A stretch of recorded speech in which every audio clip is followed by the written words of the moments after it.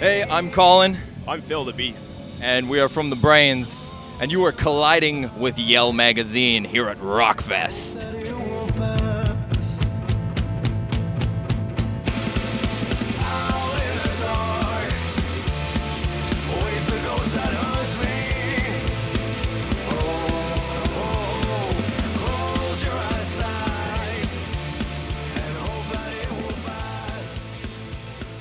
This is not the Brains' first appearance at Rockfest. How are you finding it this year so far?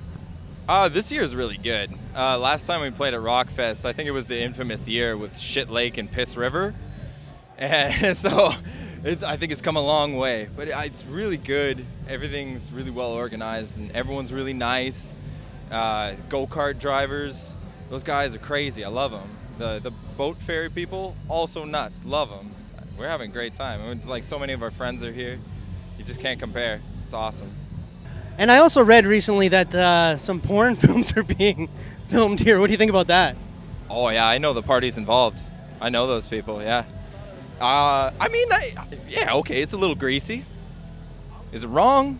No, they're consenting adults in like a private RV. Sure, that's great. I'm just glad. I don't know. I'm glad somebody did it. It should be done. I mean, it's going down anyways, right? In all those tents out there, people just sweaty and getting down.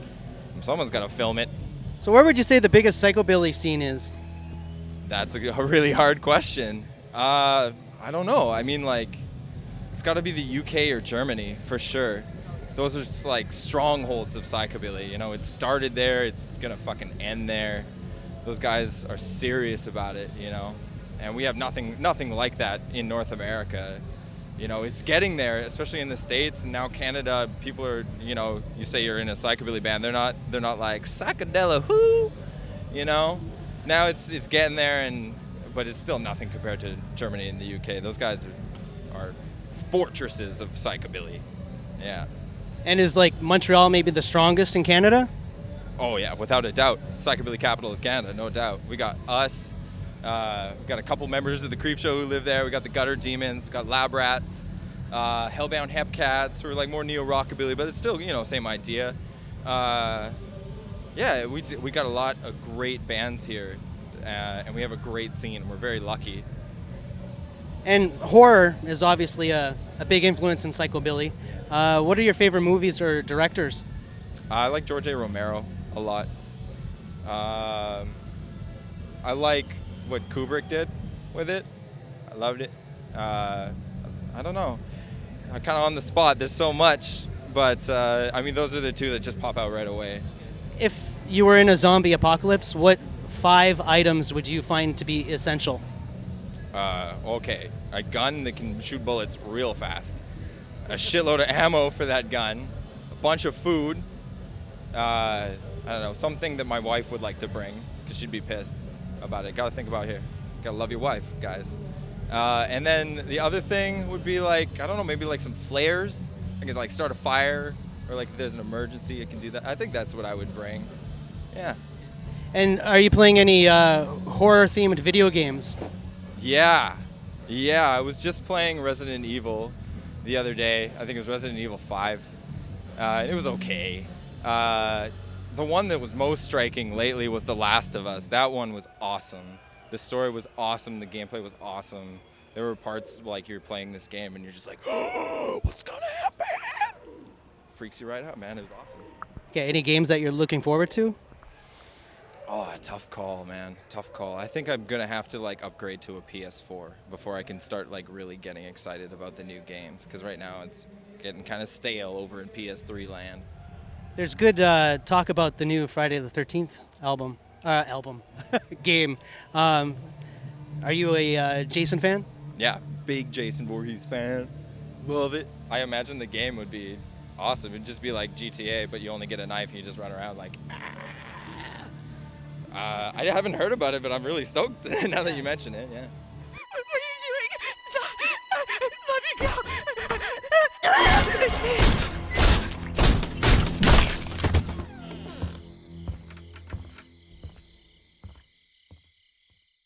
Outside of horror, there's horrific things happening in the world today. Are you guys ever interested in writing songs about that?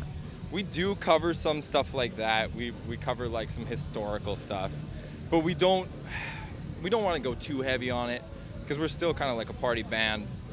But we'll handle like stuff like Jack the Ripper and like abductions and murders and things that have happened. Like you read the newspaper and there'll be something gruesome and you'll be like, I'm gonna write about that. I don't know. You never know where your inspiration will come from. Like you said, it's really messed up right now. So there's no end of inspiration for like what you can write about if you want to write about like some horrific stuff. Yeah. So we kind of take a little bit from everything. We go from like movies and we go from books and Monster Within. I was really into H.P. Lovecraft at that point. I took a lot of shit about like all of his stuff. There's a lot of Cthulhu in there, of course. But yeah, I mean, it's a lot of that. But we're just kind of picking from all over the place, whatever tickles us. So we noticed your T-shirts over there, Yes. and they were looking pretty awesome. How important is artwork for album covers, T-shirts? How important is that to you? And can you tell us about some of the artists that's worked for you? Yeah, definitely. Artwork is really important to us, and just like sort of establishing our image and what people see from the brains. We want to portray something that's looks cool and something we can be proud of and something that kind of is depicts the band and can kind of visualize what's happening sonically. So we've worked with an artist named Gary Pullen for a long time. He did a bunch of album covers for us. He did a bunch of T-shirts for us. He's from Rue Morgue magazine, and he's illustrating independently now, and he does a lot of horror cons and stuff like that. I think he's blowing up. So Gary, way to go, bud. But he did a lot of stuff for us, and that was awesome. We've had other artists from all over the world. There's a Czech artist who we work with named Woody.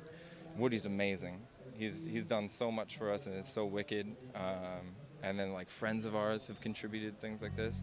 So it's really cool. We're really lucky to have so many talented people, not just in the band to help it roll, but around us as well to sort of fill in the blanks of things that we can't do ourselves. Because I don't think any one of us is like a brilliant artist when it comes to painting and shit like that.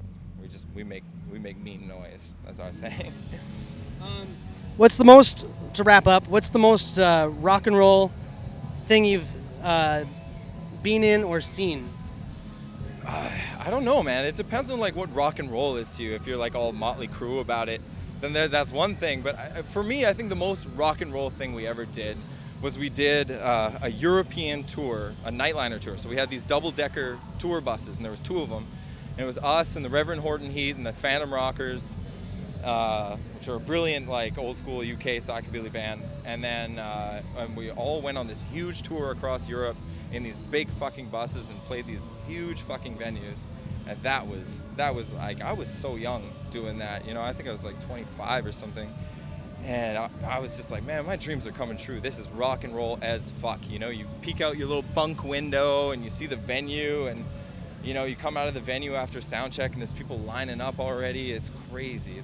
I think that was the biggest, most rock and roll fucking thing I've ever been through.